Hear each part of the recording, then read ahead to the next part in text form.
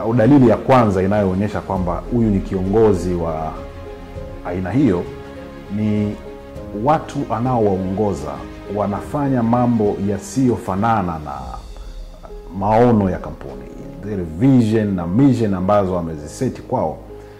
Ukija kwenye utendaji kazi unakuta vinakwenda ni opposite, kwa sababu tu watu hawana taarifa. Umewaambia kwamba nataka kwenda Morogoro, lakini ninakwenda Morogoro kupitia njia gani, kwa namna gani, na nikifika Morogoro itakuwaje? Taarifa za namna ambavyo wanatakiwa kutembea haziko wazi. Kwa hivyo watu wanajaribu kupambana kwa njia zao kusafiri, lakini kumbe wanasafiri kwenye njia ambayo sio sahihi. Wao wanataka kwenda Morogoro kwa reli, lakini wao wanakwenda kwa pikipiki na vitu vya namna hiyo. Kwa hivyo mwisho wa siku utajikuta mambo hayaendi kwenye sura ambayo ulitaka, ni kwa sababu tu vision na mission haziko aligned kwenye utendaji kazi ambao watu wanaenda nao kila siku. Hiyo inakupatia